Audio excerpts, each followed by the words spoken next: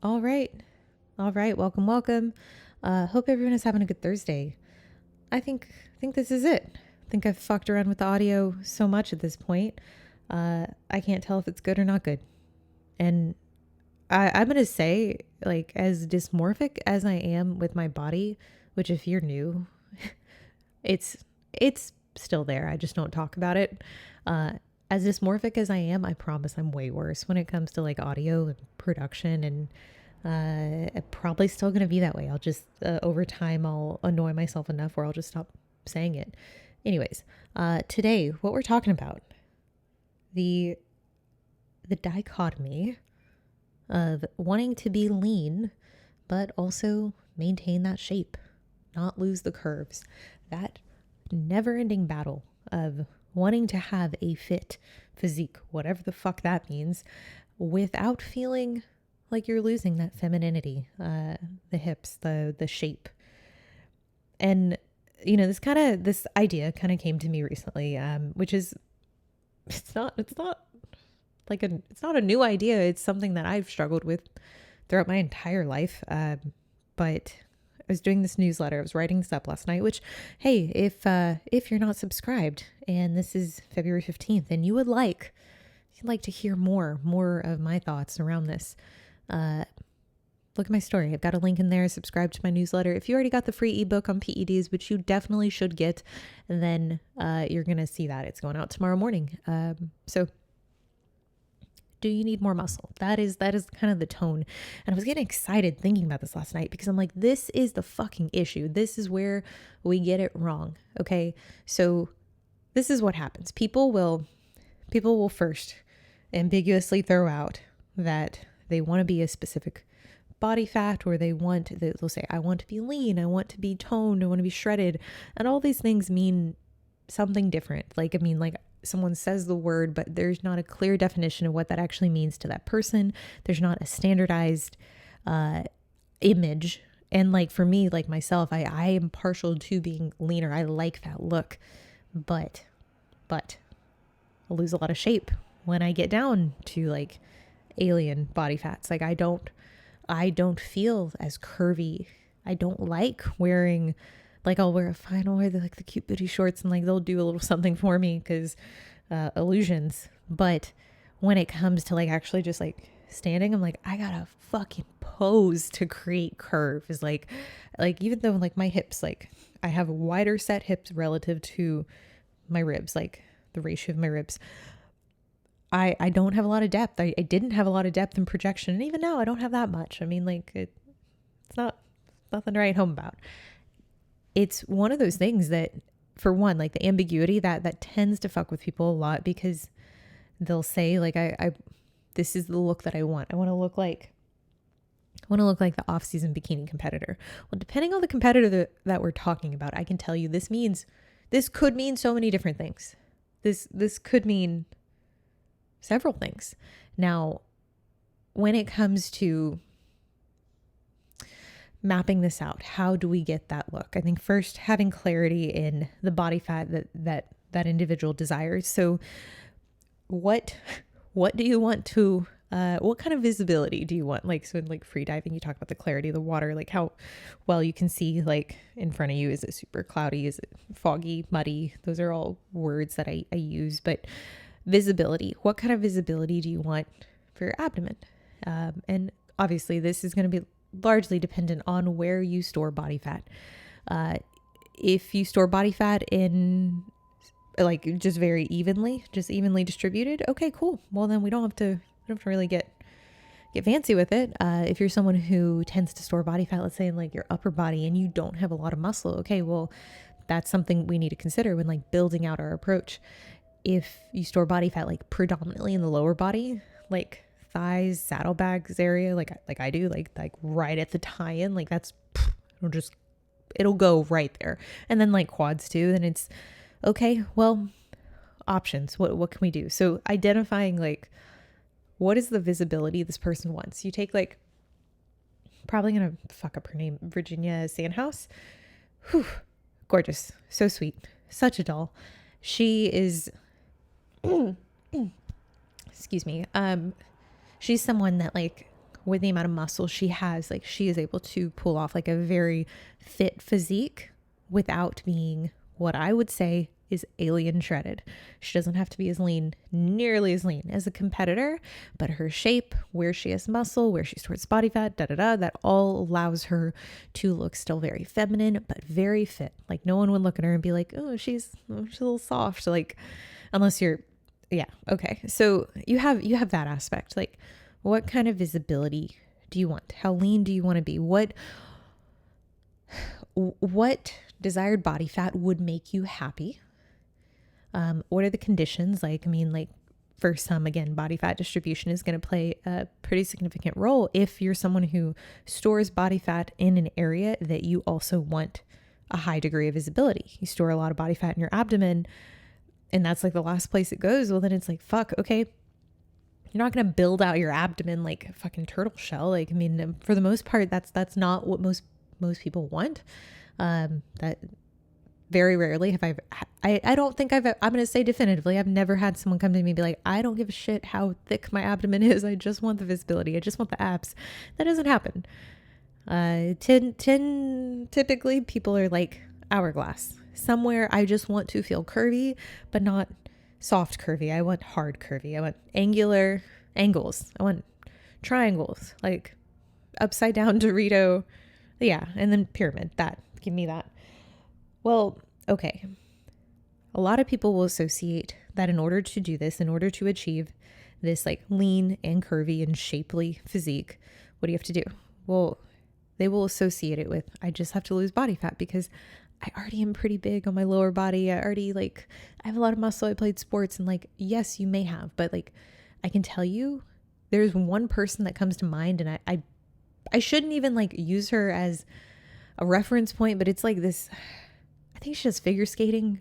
She does one of the sports on the ice, one of the ice skating sports. I'm from Texas. I shouldn't be talking about this. And I swear to God, her glutes, like, I'm like, girl, compete. Like you have 3D glutes. You're already so lean. And like, it's wild. Unless that was you, unless you're someone who just like miraculously, like you played these crazy sports that were just so, I don't know. It just recruited all the right muscles and you ate in a surplus and you did it competitively for like 10 years. Unless that's you, just assume you're under muscled.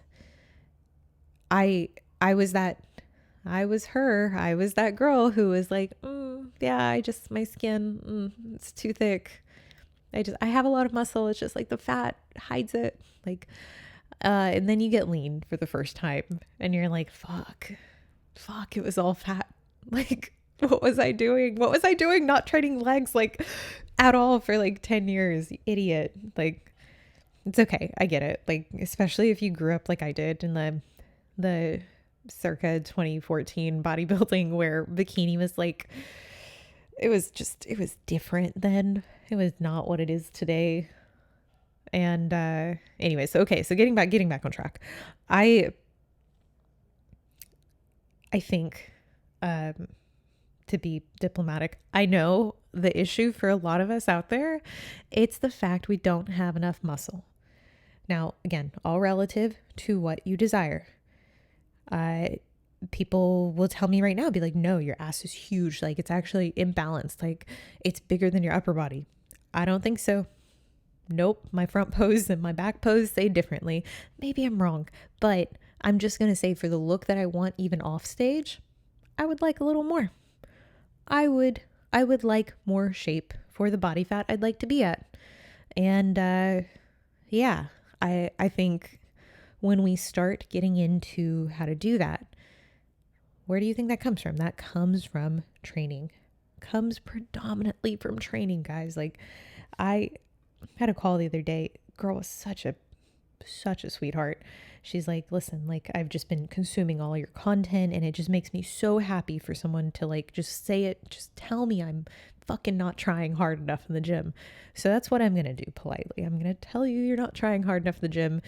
And maybe it's not your fault. Maybe it is, but some key things we're going to cover here.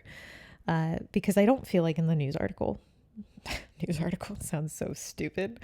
I don't feel like in the thing that I sent you guys or I'm sending you guys tomorrow.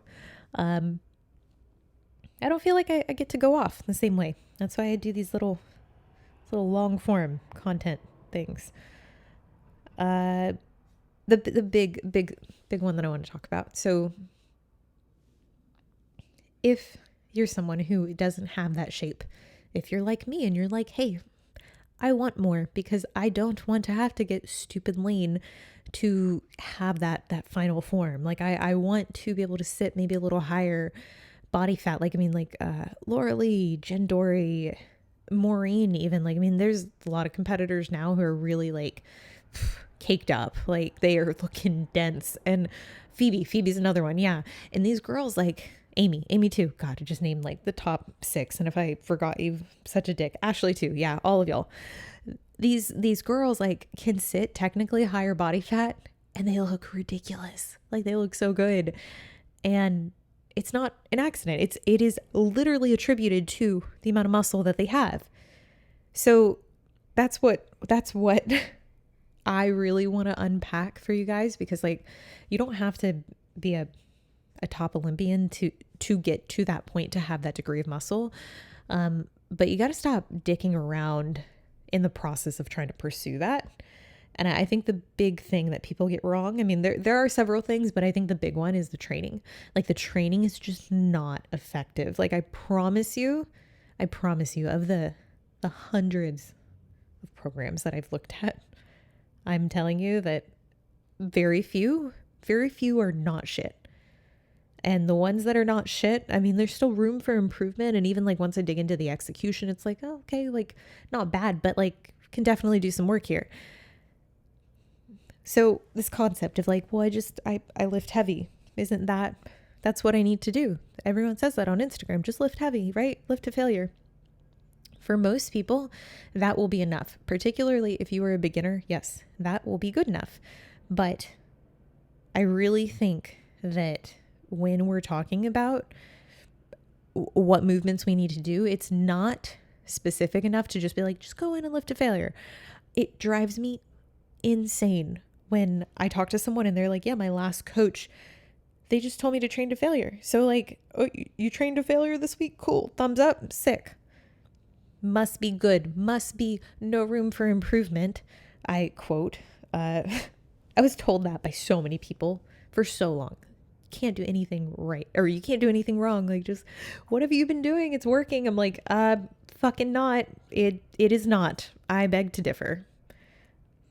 And I finally had real help and was like, Jesus Christ, like, well, this is embarrassing, but it had to happen at some point. So this idea, lifting heavy, yes, heavy, but how heavy?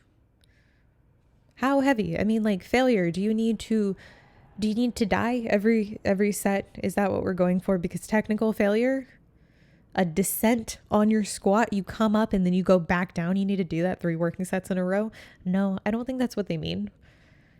So specifically, close to failure, heavy enough that you are able to achieve almost mechanical failure. So a decrease in velocity of the rep speed. You're doing lying leg curls. You come up, it is hard, okay? You can almost not complete it. You don't stop. You don't hit a point where it's a cessation of rep speed. You don't want to hit a velocity of 0. You don't need to do that. It's just not very helpful in the grand scheme of things. But you need to hit slowed velocity. The final reps. Not on rep 5.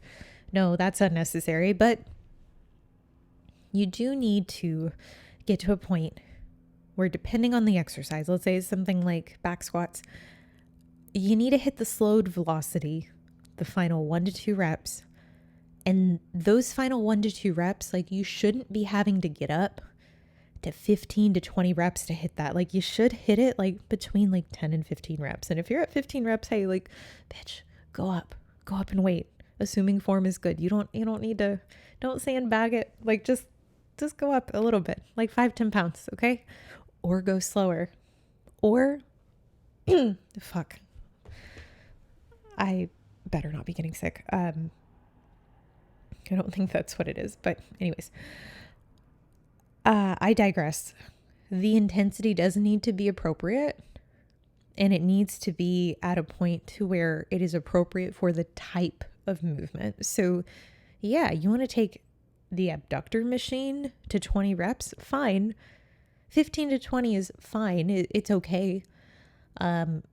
Really hitting within five-ish reps of failure, like true failure, whatever failure is for you. There's some people that have never experienced failure in their life, and they're like, once lactic acid starts to build up, that is when I stop. That is when it gets hard and I'm done. Okay, cool. You're probably not close to failure. You're probably getting one effective rep through that set. Not super helpful. Now, what else?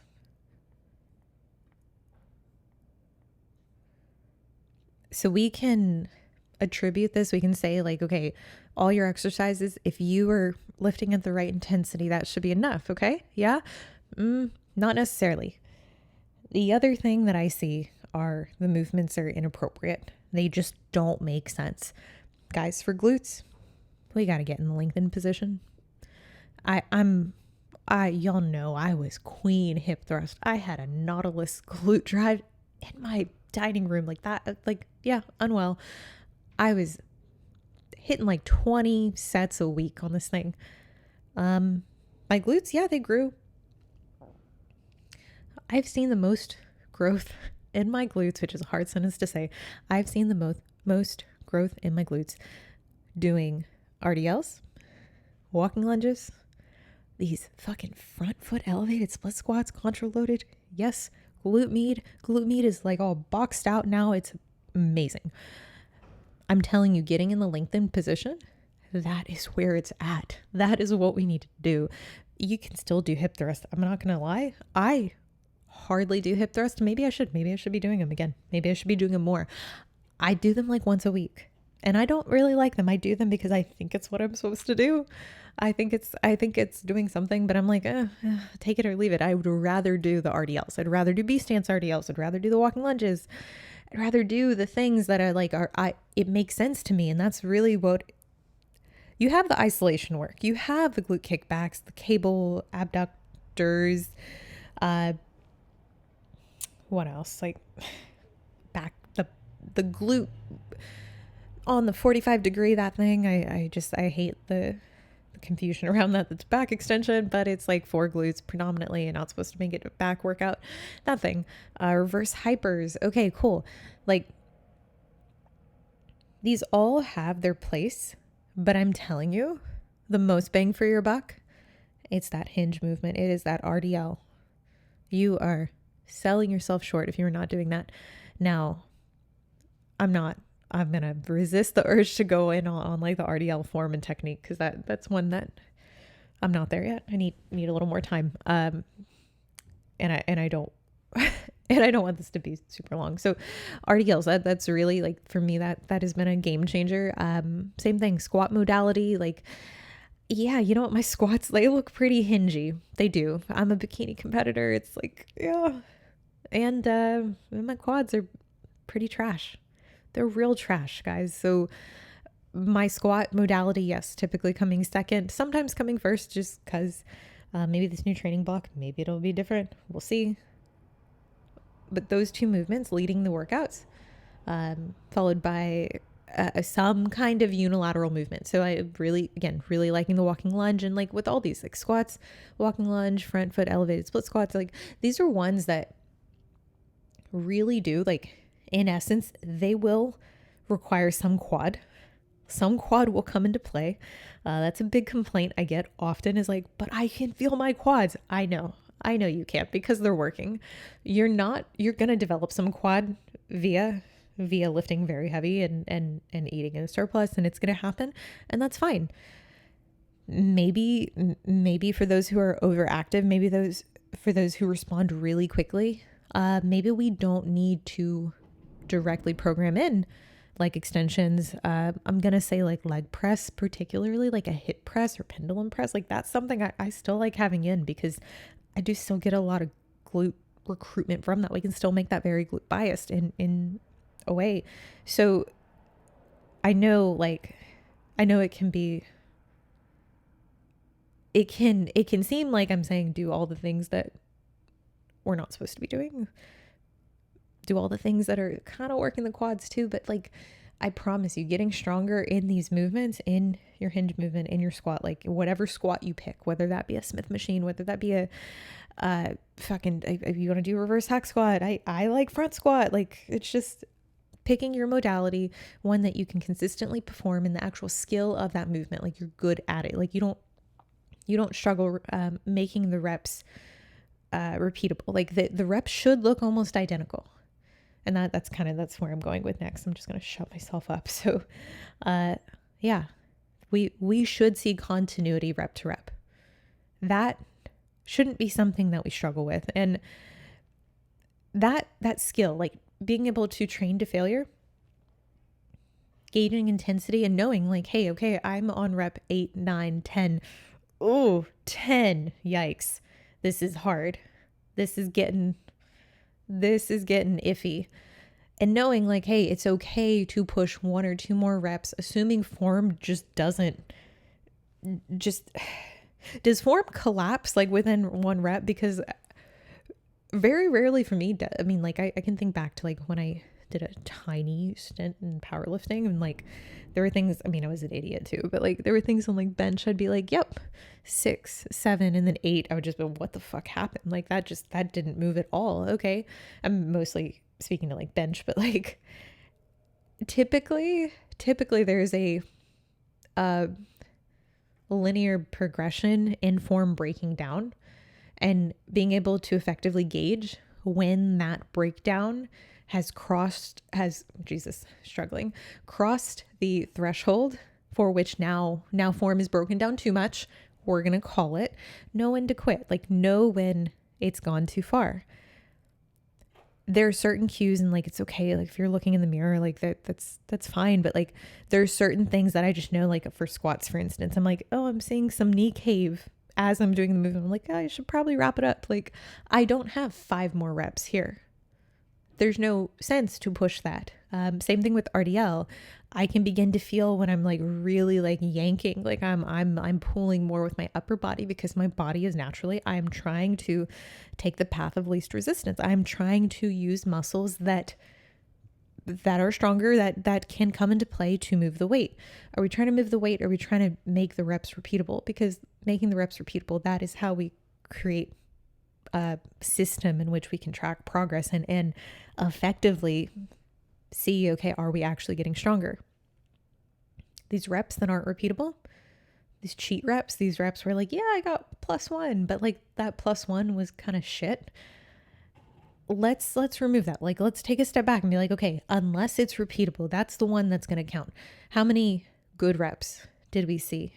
Did you do an extra rep because it was like a little bit of ego rep? Like you're just like, yeah, I wanted to put it down on the paper. I wanted to say that I got it. If you didn't get it, it's okay. Like remove the emotionality, the tie to needing to see weekly progressions as your indicator of performance. Sometimes you won't see weekly progressions. When I switched over, this is like 6-7 weeks ago, I switched over to barbell RDLs and I saw like 1 bump in weight, which who knows, like maybe that's because I had just, like it was the first week of the diet. I think I was 1 week into switching to RDLs and yeah, okay.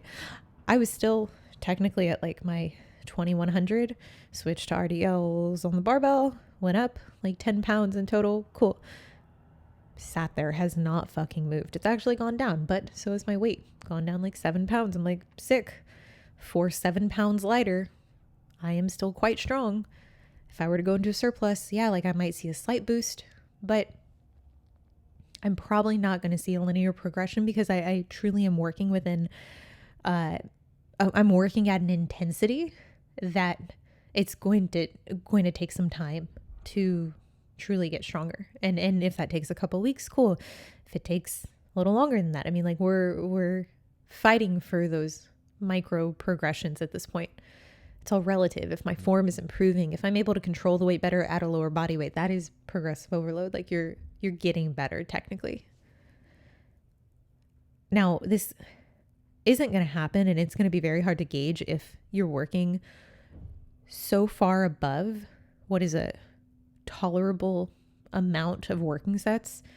And truly, like I had a conversation this morning with this guy. Like I was that person. I would be at like 26, 30 working. God, I remember like looking at my program, like, oh, this is what I'm doing. I'm like, got 4 sets here and 5 sets here. And I've got like, just listen. And I'm like, this is way too much.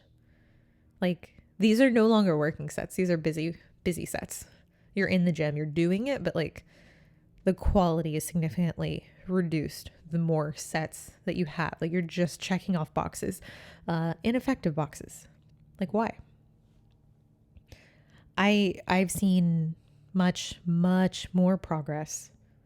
Seen so much more progress cutting my volume. And like, guys, I gotta be honest, like 15, 16 sets a workout and working at a true intensity, like true RIR one or two, just like trying to murder myself. That is so much. 16 sets of that. Like I need the rest period in between those working sets. Like my first, second movement. Like I need 2 to 3 minutes. And, yeah, I really think like if you're recovered within that 1 minute after completing a set, like, oh, I question, like, did you have more in the tank? And I see this all the time with clients. They'll send me their videos.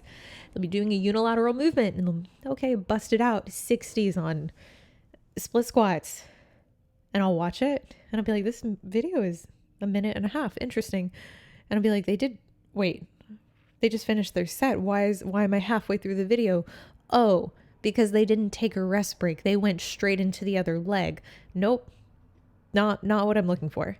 I swear to God, that is something so many clients, I just have to remind them and they usually get it. But truly, if you don't need that rest break, even between unilateral, so right versus left leg, you should still take that rest break. It should still be like 1 minute. And if you're not needing it, if you can just go into the next one uncompromised, like unfazed, you can do more. So do more. Every aspect of your training that you can uncover and you can be like, oh, I'm sandbagging. I'm not giving enough. That is an opportunity for growth. Realizing that is what will get you to a point where you're like, hey, I didn't need the drugs yet. I didn't need to hire this super expensive trainer to put, I just needed to try more because I wasn't trying as hard as I thought I was. And you know, the beauty in that, like it can feel a little shameful, but like, if you can't admit that to yourself that like, hey, I'm not really doing as much as I say I'm doing, it's really nice after you do that. Cause you're like, yo, I have so much room to progress now. Like in 2020, I remember COVID happened. We started getting all the shit in the apartment with the gym equipment. And I was doing like 10 sets of hip thrust. I'm like, yeah, like I guess this is what I need. Just like a little idiot. And oh God, I was so dumb. Okay, where am I going with this? I already talked about rest periods, working sets. Okay, yeah, quality, exercise order. This is another big one, and I'm not going to spend too long on it because I kind of already broke down how I would structure your lifts for the most part. I mean, it needs to make sense, okay? Like the hardest movements, those are the things you should start with. If you have a to-do list, like do the things that are going to move the needle the most. Do the things that are going to offer the most return. Like that's how I would approach my to-do list. It's not all the easy things. It's not okay, well, I'll do some band work here and then I'll go to abductions and then I'll go to cable kickbacks and then I'll go to, I guess, okay, at the end I'll do some RDLs because I don't really want to do it, but I guess I will. Do the things that offer the most bang for your buck. And do the things also that are going to cause the most systemic fatigue first. Now, I like the front foot elevated split squats a little earlier in my workout compared to having them like the tail end. Because I like overloading. It doesn't mean that you can't like mix and match and like move them around. a little bit, but it's just like, I was that girl that had like hip thrust, like first movement. And then I had like some bullshit in front of it. And then I was like, okay, and then I'll do RDLs, and then I'll do squats. Get the most out of what you're doing in the order that you're doing it. Because that order, it's either helping you or hurting you. And if you're not seeing the progressions that you want to see, telling me to wrap it up. They're like, yo, we're fucking done listening to you talk about this. Just go train already. All right. Last thing I'll say, these long cardio sessions paired with what we're emphasizing is the most important part of your ability to grow. You gotta stop. Like if you were doing 30 minutes on the Stairmaster pre-workout before your lower body days, like what are we doing, son? Like that is not helping you. Focus on the purpose of that session. If the purpose of cardio is to burn calories and heart health, I guess. Purpose of weightlifting is to fuck yourself up enough so that your body is required to grow. Obviously joking, but you really, everything that you do, you gotta ask, is this something that is helping me build X body part? Am I building muscle with this? Is this a decision that's conducive with adding tissue? And if it's not, and you're still going to do it, there needs to be a really good reason. Most growth I've seen is when I started treating everything like that. I'm talking like sleep, going out to eat with friends, like having like discrepancies in food reporting, getting creatine in, hydration, like looking at the clock and being like, yo, if you're going to go train, which you need to soon because you need to take caffeine, then you need to be hydrated. What are you doing? Prioritize this. Get in a second meal. The same thing with cardio. If you're finishing up your lower session, you're going and you're just like churning away, just getting on the Stairmaster for an hour because you feel kind of fat and you're like, oh, this will make me feel better. I want to sweat it out. You know, the best diuretic is water. Go home, go drink some water. And even if you have a set target cardio amount, I get it. Like, okay, for my clients, I'm like, hey, do this amount of cardio. And sometimes you fuck yourself and the time management just doesn't happen. And then you end up having to do the cardio post-workout. Manage your time better.